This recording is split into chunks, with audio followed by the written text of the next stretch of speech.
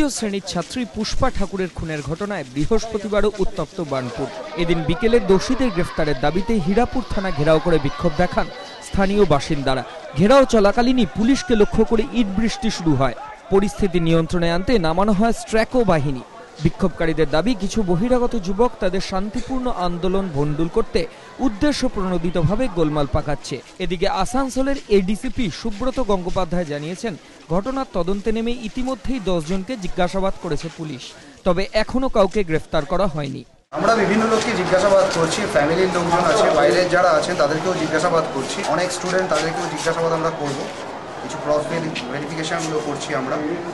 আমরা আশা করছি খুব তাড়াতাড়ি আমরা আমাদের যেটা লক্ষ্য সেই লক্ষ্যে পৌঁছতে পারব।